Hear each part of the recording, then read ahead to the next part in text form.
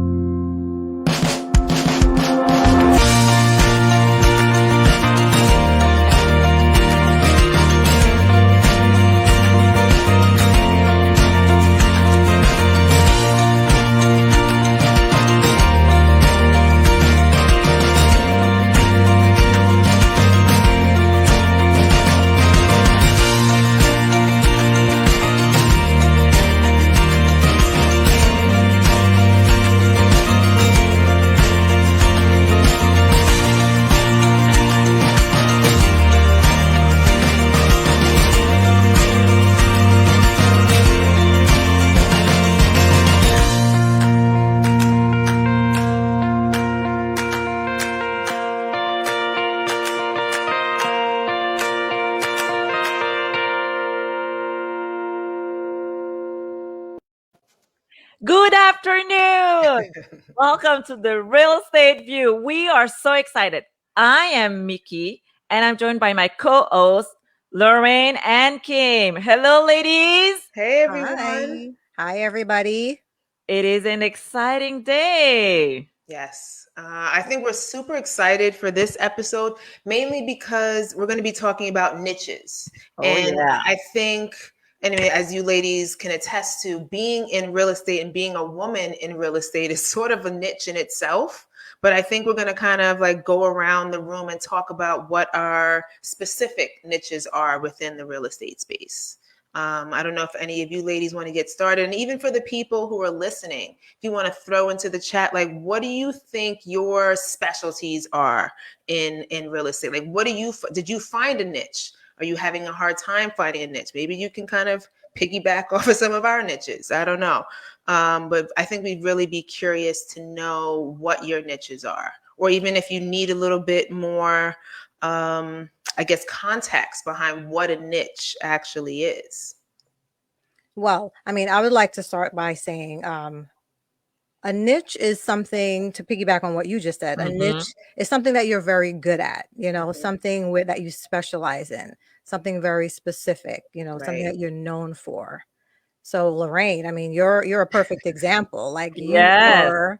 you are the notes girl. Like, Right. how did you come about picking the notes again? I know you've probably told this story many a times, but for the people listening in, how did you choose notes? How did notes become your niche? Notes sort of found me, I feel, through my real estate journey. It started to become evident of what's working and what's not working. And when I came across mortgage notes, it just clicked.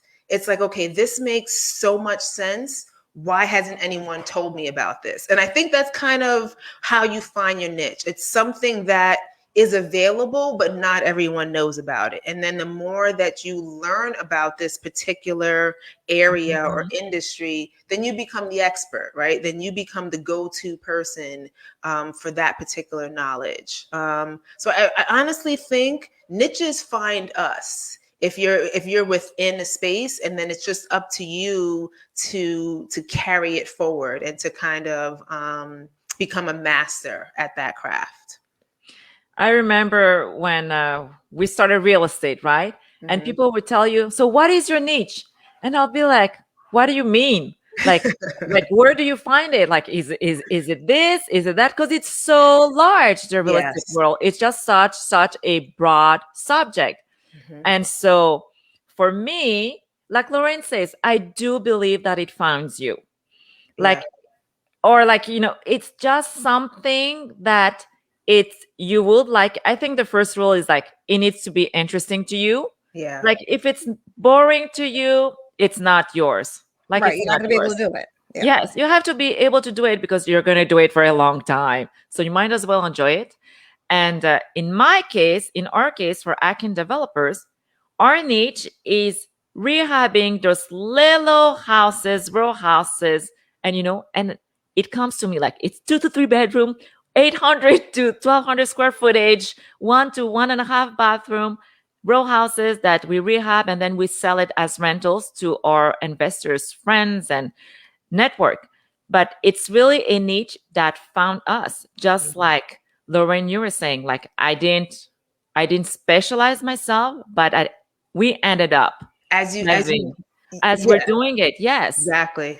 Yeah. And I love how you have it so granular, because it's not just, and I mean, and rehabbing could be a niche for some people. Maybe they rehab commercial buildings, or maybe they Mm-hmm. rehab only Mm-hmm. single families, but Yeah. you have broken it down to what works for you and for your Yes. business, in terms of, no, we're only, or at least for right now, we're specializing in rehabbing small apartments or small apartment buildings for the purposes of re-renting them out.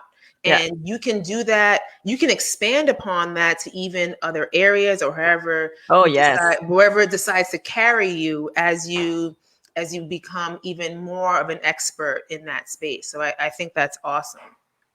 And And if for it found you, right, like you were doing rehabs and you were like, wait a minute, I actually like doing this type of rehab a little Yes. bit more than this rehab. So Yes. that's great.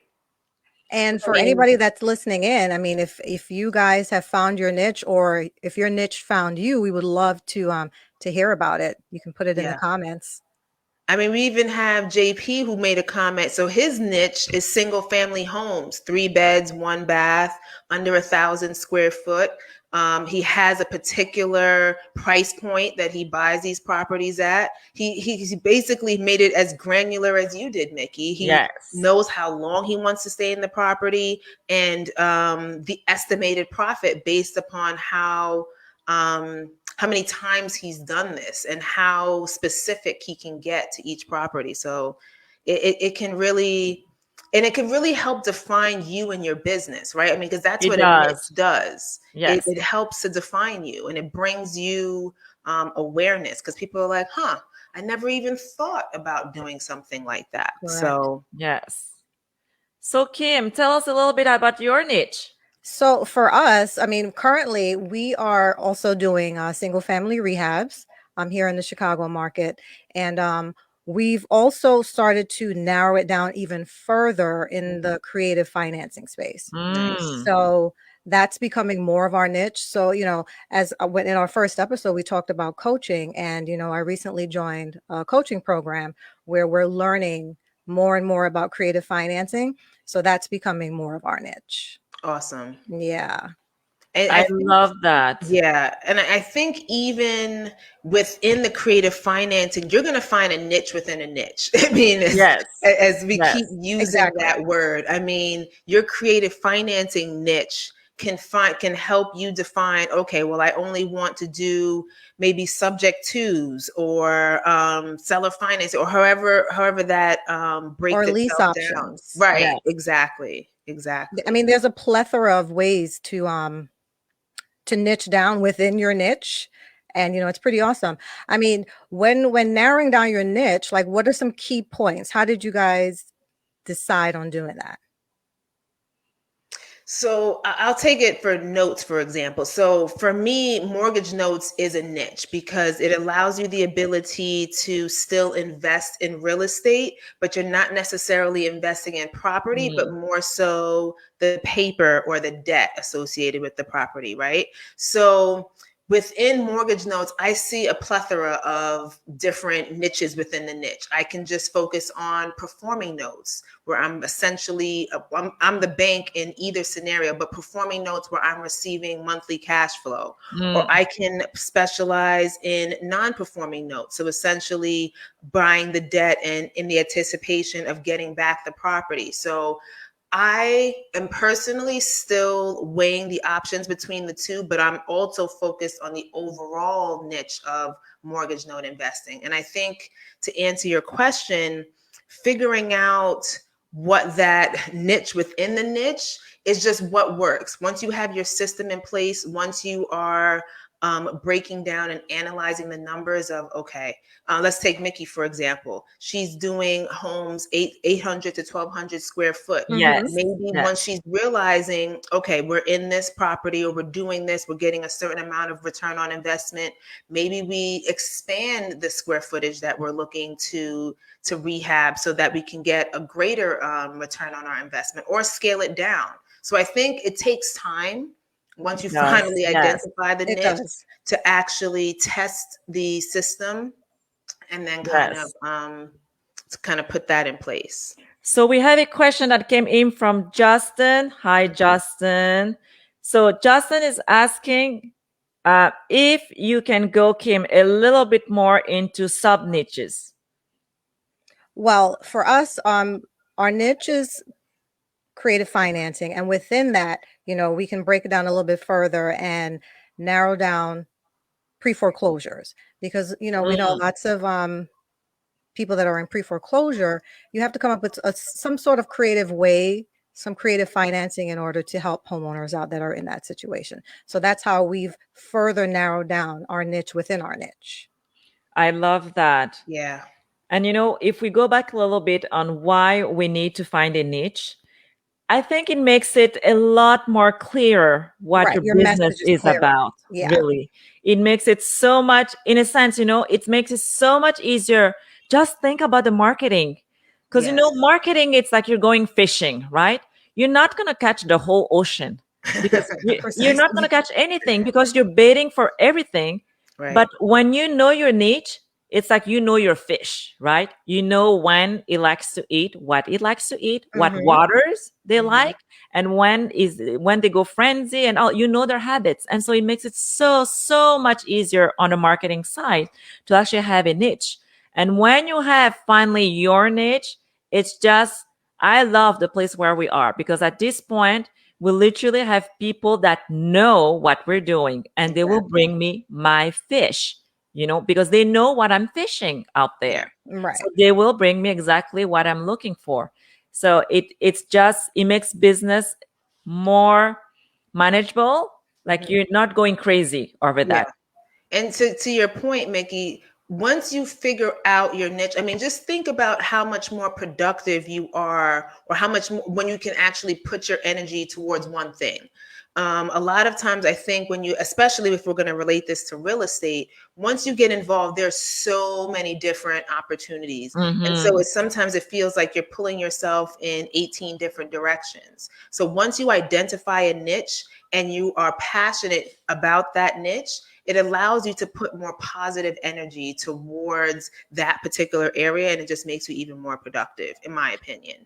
So let's discuss a little bit. How did you figure out your niche? Or are there ways to actually figure out niches for people that are starting in a business? Well, for one, I'm sorry, Lorraine, I didn't mean to cut you off. Yeah. For one, you just have to figure out who your ideal client is. Like, who do you want to speak to? And once you figure out who that is, your ideal client and the person that you want to speak to, then you'll figure out what your niche is. I love what you're saying, because it's so true, right? Like, if I decide I don't like to deal with probate because it's a long process, then maybe that's not my niche. Right. I mean, and it doesn't only apply to real estate. Picking your niche in any business that you're doing, it's very important to try to figure out who your target audience is. Yeah. But I also think it boils down to having a system in place. If you don't really know, if you don't necessarily have your foundation of, I think to your point, Kim, of what you're trying to do within your business, or who your target audience is, then it's going to be hard to identify a niche, because you're not necessarily moving in a direction where you can actually track what you're doing. And I think that helps you to identify a niche. If you have a system and you can't test what's working and what's not, you're not going to know what direction to go in. So in the interim or in the beginning, once you're establishing your business, know what it is. What is your end goal? What are you trying to accomplish? You can't obviously within business you want to make money, right? And within real estate, we're looking to help people, but how? You have to figure out your how. Yes. I mean, I think it's important at the beginning to pick one thing and master it, do it well, and then move on to doing something else. Yes. Because you kind of get lost because you'll be all over the place if you're trying to do too many things and to market to too many people and to too many, different niches, I guess. Just narrow one down and focus on marketing to that niche, and you should be able, and then move on to working on another. Yeah. Absolutely. So, ladies, how is for you being in your niche and being the woman in your niche? I think it definitely brings more visibility, right?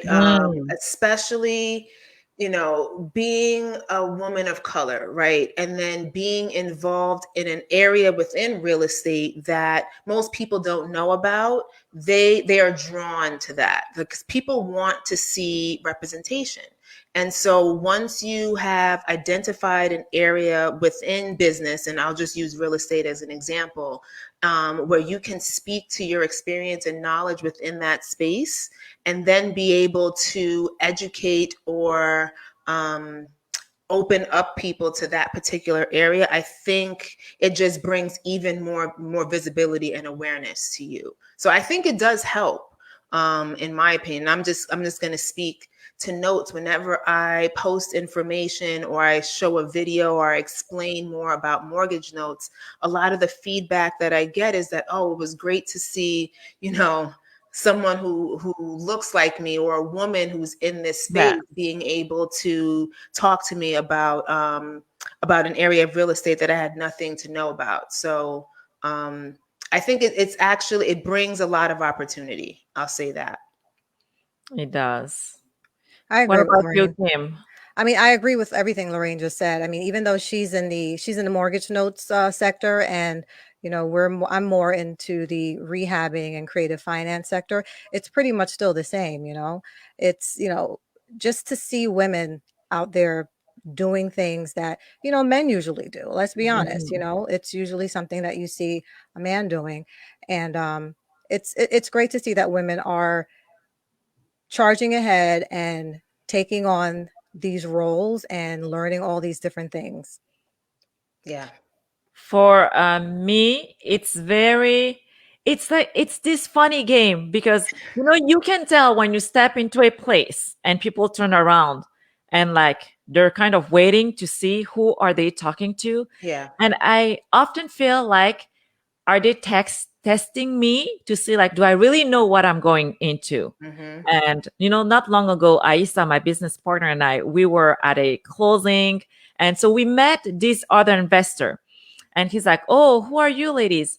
And I remember the attorney that was there, she told him "Oh, you don't want to mess with those women, they know their stuff." And so we got to talk with him, and he asked us, "What do you do?" And of course I pitch, right? We do this, and this is what we're looking for. This area, this area, this area, this area. And then he kind of looked at us like his jaw literally dropped under his mask. But it was just so interesting because I could tell he wasn't expecting that, right? He wasn't expecting this from us. And he was a very tall guy. He was tall guy and all. We were looking up to him.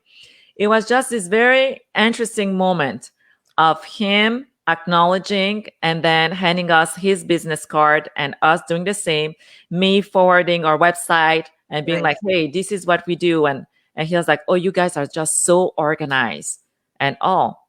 Isn't that so I'm sorry, go ahead. I didn't mean to. No, go ahead. I was just going to say, isn't that an empowering feeling? It's like you're going in and they're already sort of judging the book by its cover before you even open your mouth. And then you start speaking and you're pitching your brand and you're pitching your business, and they're like, "Oh, this is not what I was expecting. So I feel, and that's more of the power behind being a woman in business and a woman in real estate. Is like, it's that empowering feeling that you might think that you can just potentially just walk all over me. But guess what? I have all my ducks in a row, and I'm actually about to blow you away before you even know it. So that, I feel like that's a super empowering feeling. So, ladies, how has having a defined niche helped you in your marketing? Like, how do you guys handle that? Do you want to go first, Lorraine? Yeah, I will say it has really helped to focus me. Because beforehand, and I mean, I still have experience with rehabbing and wholesaling and those areas within real estate, but being able to solely focus for the most part, at least right now, on mortgage note investing has really helped to center what I'm doing. So now I know my avatar, right? I know who I want to market to. They know that they can come to me, and I feel like an expert for the most part within this space, or at least but compared to what most people would know about mortgage notes. So it has really helped to target the marketing. And when we think about SEO and what people essentially are looking for, because Google's our encyclopedia now, right? So when people go to search for things, being able to have all of your marketing or all of your information and the value that you're providing to other people centered around one area, it just increases your credibility.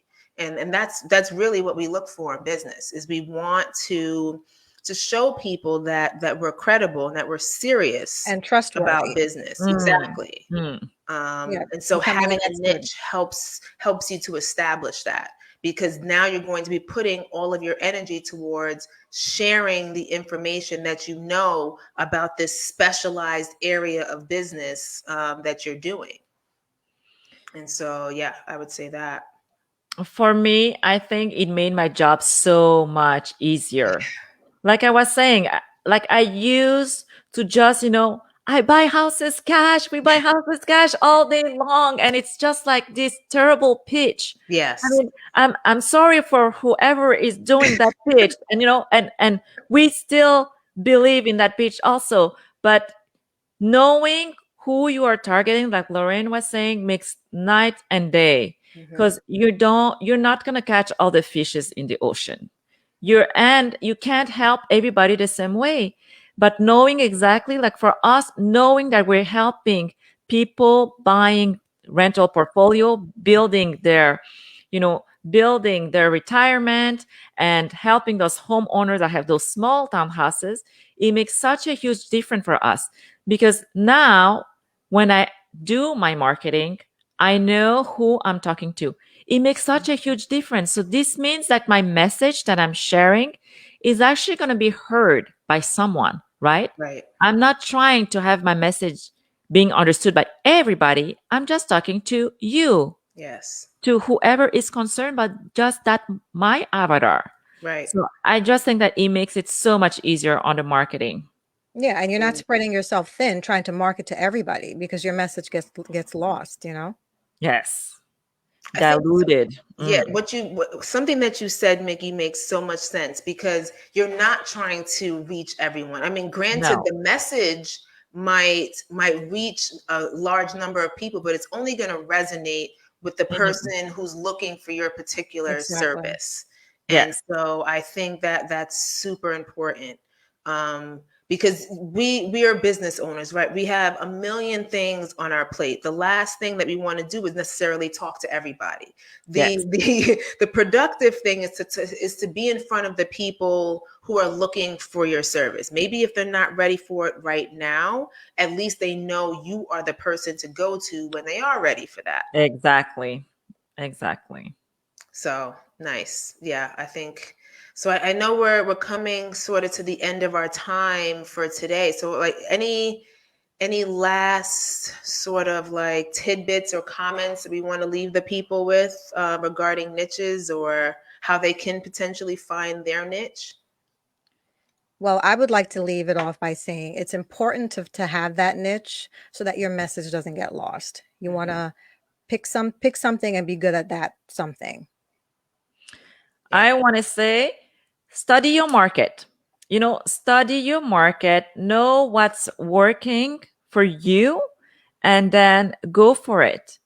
Like, it will come to you just like it did for all of us, but we had to start somewhere at the beginning, right? There's that learning curve. So be patient, study your market, and then go for it. And lastly, I'll say I agree with both of your points. And one thing that I'll say about finding your niche is don't overthink it.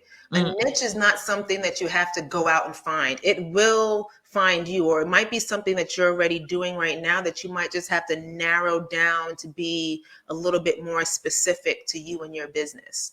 I mean, you can be a real estate agent that specializes in working with investors, or you can be an investor that specializes in working with, tear down homes, or, just, ideas off the top of my head. New But builds. a niche doesn't have to be complicated. I know it No. might sound like, this, grand fancy word, but it really is just something specific that you enjoy doing that works for you and your business. And that's what I would say. Don't overthink it.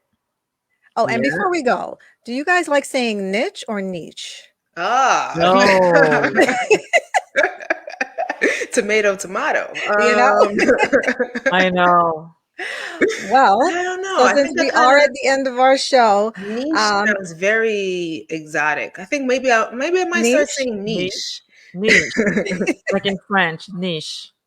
Yeah, that's great. well, join us next week where we're going to be talking about real estate and the family dynamic. Oh, So yeah. we will see Nice. you guys next Thursday at 4:00 Eastern. But until then, know your why Know your heart. Know your purpose. Bye, and have a everyone. great rest of the week. Thank you.